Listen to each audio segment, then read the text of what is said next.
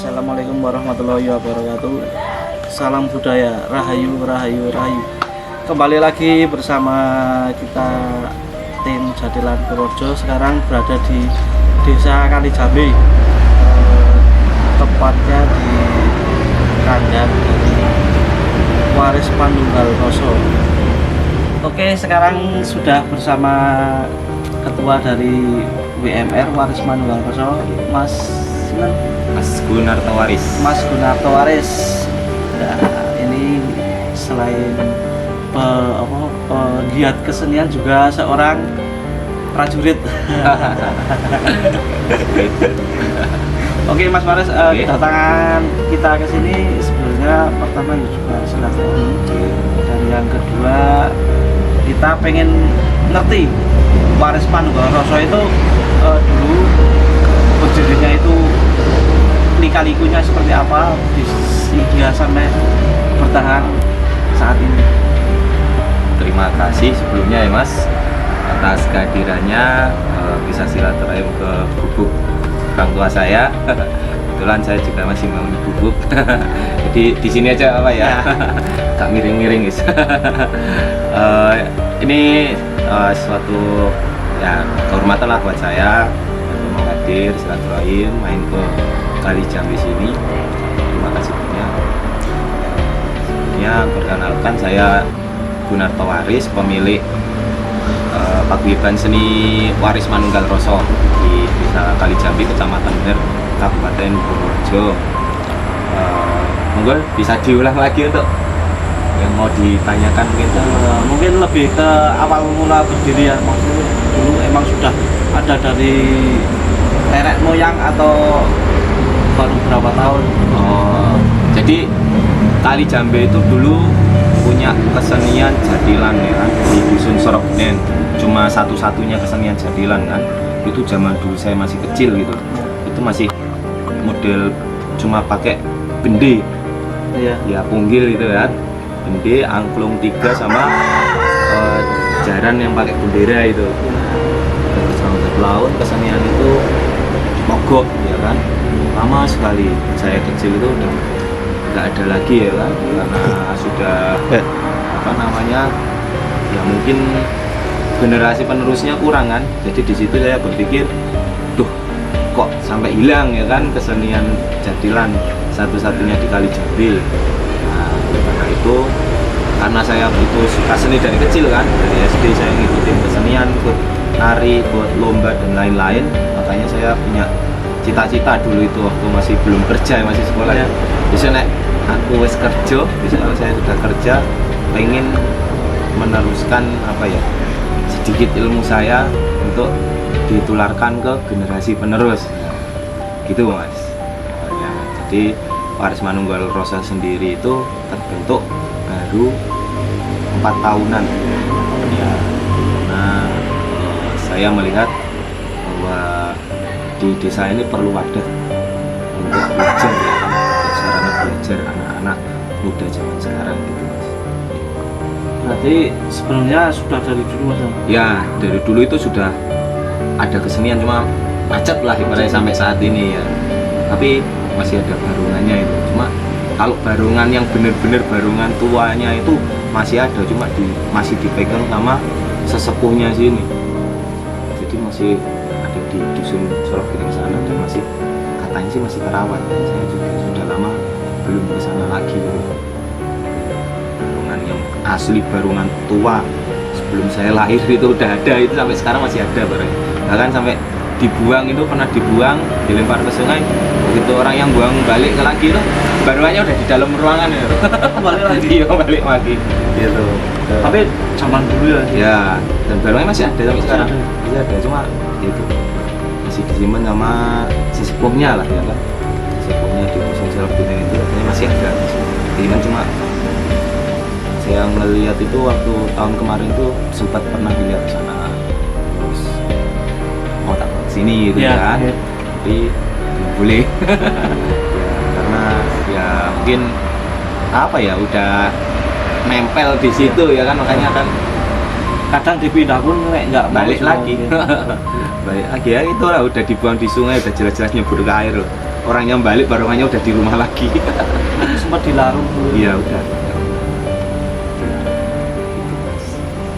Berdirinya Waris Manunggal Roso itu ya pertama memang karena saya itu senang seni dari kecil mas. Jadi begitu saya jadi tentara, alhamdulillah sedikit ilmu saya itu terpakai, gitu loh, terpakai dan sering ngajari di satuan-satuan kan, di satuan di Armada sana di Jakarta. Terus sering kegiatan di luar negeri itu juga sering ditunjuk untuk ngelatih kesenian sama mentaskan kesenian di luar negeri. Ada beberapa negara Asia, terus di Australia pernah, terus di Asia Tenggara ya, terus kemarin terakhir itu di Lebanon.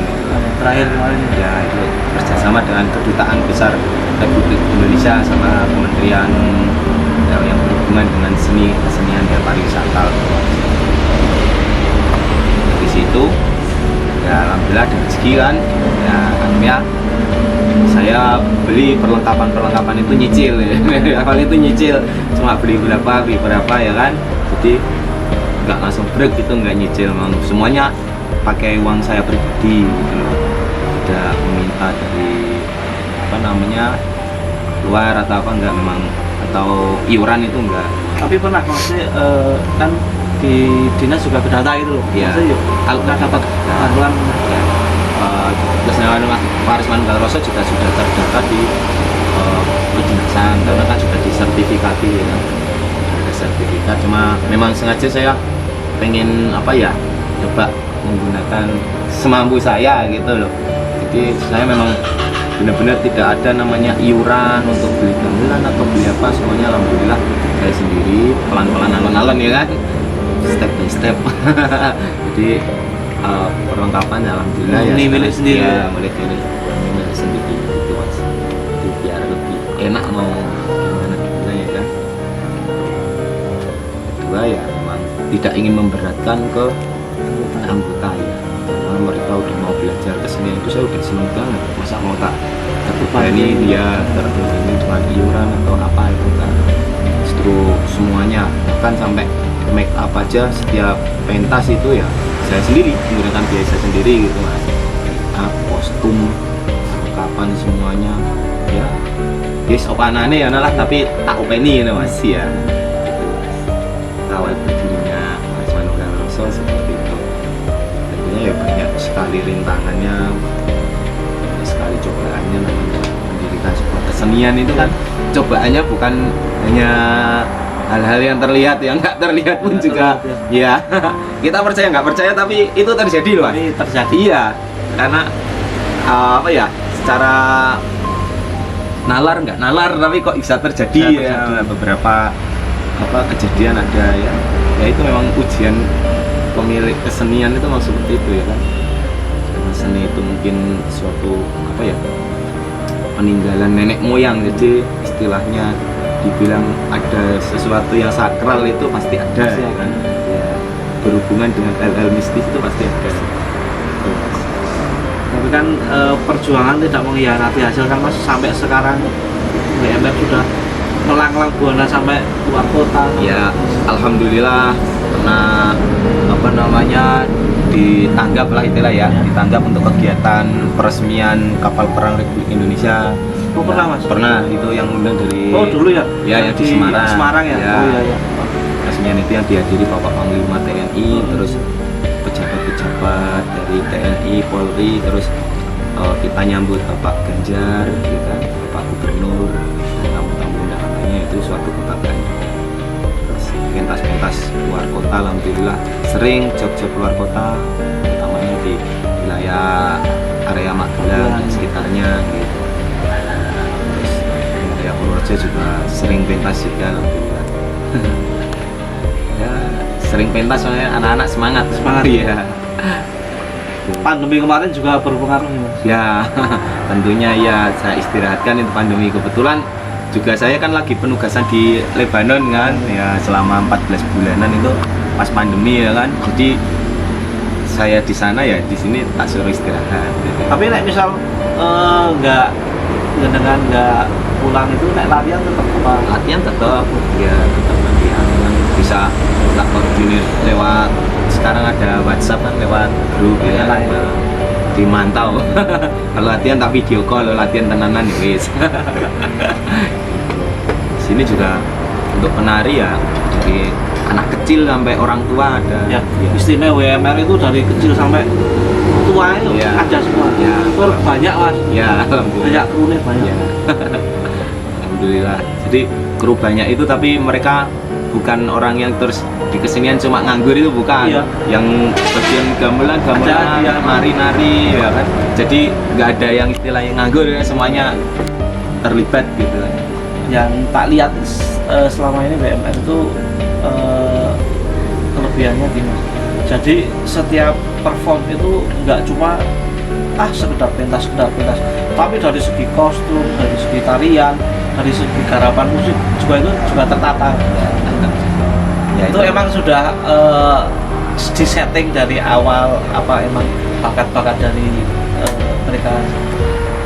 Jadi kita bukan gila, pengennya itu membuat kesenian yang mempunyai ciri khas sendiri kan. Ya, jadi setiap pementasan itu kalau di Waris Manunggal Rasa pasti akan ada satu pementasan yang ada jalur ceritanya gitu loh Mas. Jadi bukan asal pentas bukan ya kan. Seperti mungkin menceritakan sejarah atau apa ya kan. Seperti contoh waktu kita pentas di acara kesenian rakyat Jawa Tengah, kebetulan untuk Jatilan dari Purworejo yang diangkat dari WMR. Nah, itu saya mengunggah kesenian semi sendratari ya. Ada jalan kepangnya, tapi kita buat alur cerita ya. Itu membawa cerita Simbah Surogeni. Simbah Surogeni itu beliau itu sesepuh paling tua di Kali Jambi. Di desa ini dulu tangan kanannya Pangeran Diponegoro. Jadi seperti itu. Saya merinding ini kalau cerita Simbah Surogeni, saya langsung merinding karena apa ya? Waktu pentas kemarin di Pendopo itu, waktu kesenian rakyat Jawa Tengah itu, saya membawakan cerita itu penonton dan orang aktivis yang mungkin di bidang hal-hal seperti itu ya kan, ngelihat itu katanya itu banyak prajurit itu pada datang nonton itu. Ya, saking sakral ya kan, karena mungkin Simbah Surogeni sendiri itu beliau seorang prajurit dan beliau itu sebagai tangan kanan Pangeran Diponegoro ya. Tapak tilasnya itu di sini. Jadi ini apa istilahnya aura atau apanya itu masih ke bawah ya, masih ke bawah. Jadi sosok yang menjadi tokoh Simbah Surogeni itu namanya Komet itu kan. Nah, yang jadi Simbah Surogeni itu, jadi dia bener-bener, kita kan ya istilahnya sowan ya, nyekar lah istilahnya, ziarah kubur di makam Simbah Surogeni kan. Kebetulan makamnya nggak jauh dari sini, yaitu disuruh puasa dulu, puasa sendiri. Nah, puasa itu pas pentas itu memang auranya beda. Begitu dilihat itu bukan seperti orang itu yang memainkan itu, tapi kayak apa ya? Iya, pokoknya ada magnet tersendiri yang bikin orang itu greget gitu loh. Dan memang benar-benar sakral ya. Wah, iya. Di sana pas iya. streaming kan. Banyak itu yang bilang kayak gitu. Bahkan sampai guru saya itu ngomong kuat berarti. Ya padahal saya sendiri juga gitu aja ya kan. Gitu aja ya kan. Sering mengangkat cerita-cerita rakyat seperti itu. Kadang ya selama ini pementasan pasti akan ada sebuah cerita, alur cerita seperti itu. Intinya menceritakan antara sejarah atau perkembangan zaman sekarang, protagonis, antagonis dan lain-lain gitu. Ya, karakter sih. Itu memang kelebihan dari WMR itu Mas.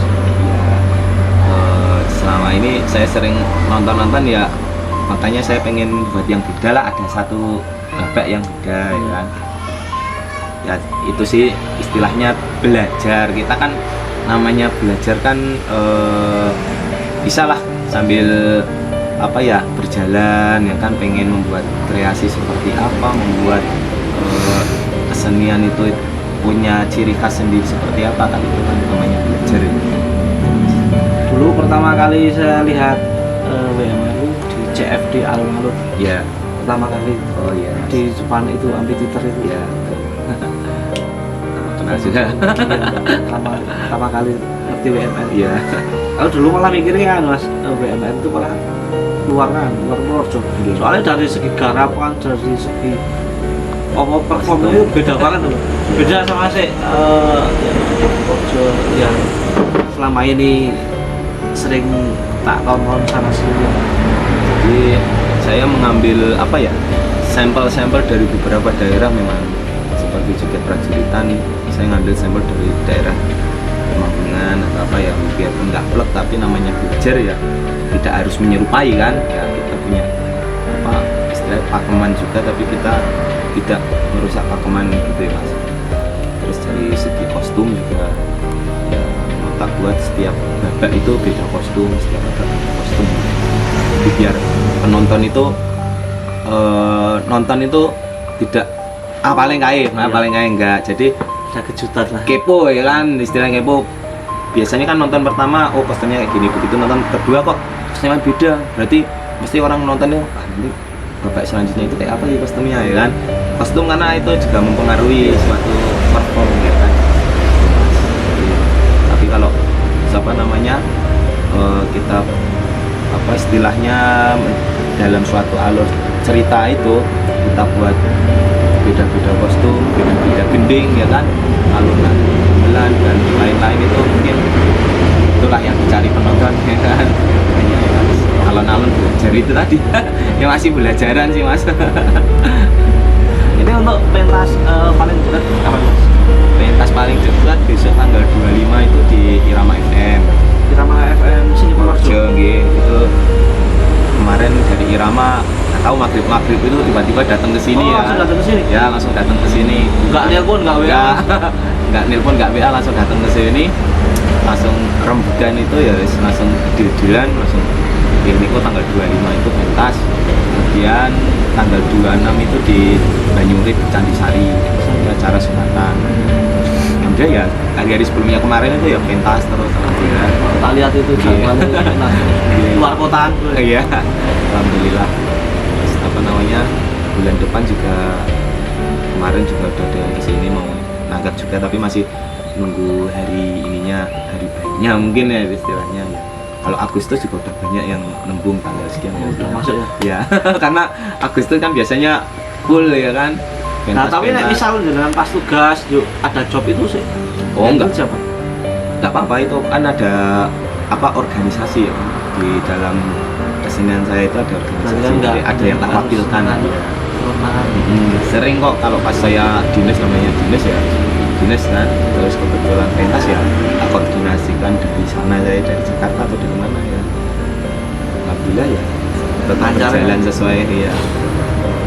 Oke pemirsa, demikian cerita awal mula berdirinya Waris Panunggal Roso. Detail banget ini dari A sampai Z. Iya. Bagi yang berminat misal mau ngundang buat pementasan bisa ini di bawah sini nanti infonya langsung di WA saja. Oke, demikian terima kasih Mas Mas Faris. Mas Faris. Sami-sami Mas. Waktunya sudah diizinkan untuk sambang ke kandang Waris Panunggal Roso. Semoga lain waktu bisa berkunjung lagi. Amin. Sehat selalu, sukses untuk channelnya. Amin. Demikian bincang-bincang dengan Mas Faris. Jangan lupa like, comment, and subscribe channel Jatilan Purworejo, juga channel Waris Channel. Iya. Waris Channel. Wassalamualaikum warahmatullahi wabarakatuh.